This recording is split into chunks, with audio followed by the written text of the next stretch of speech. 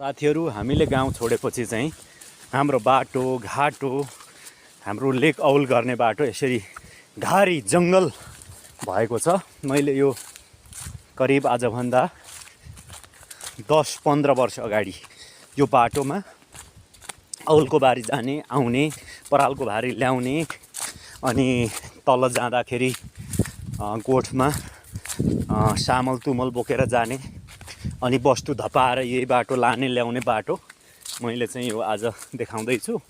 यो बाटो चाहिँ आफैमा कम्प्लिटली जङ्गलमा परिणत भएछ।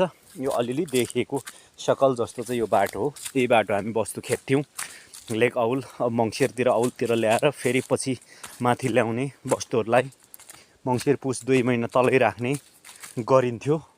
पुरै जङ्गल भएछ अहिले।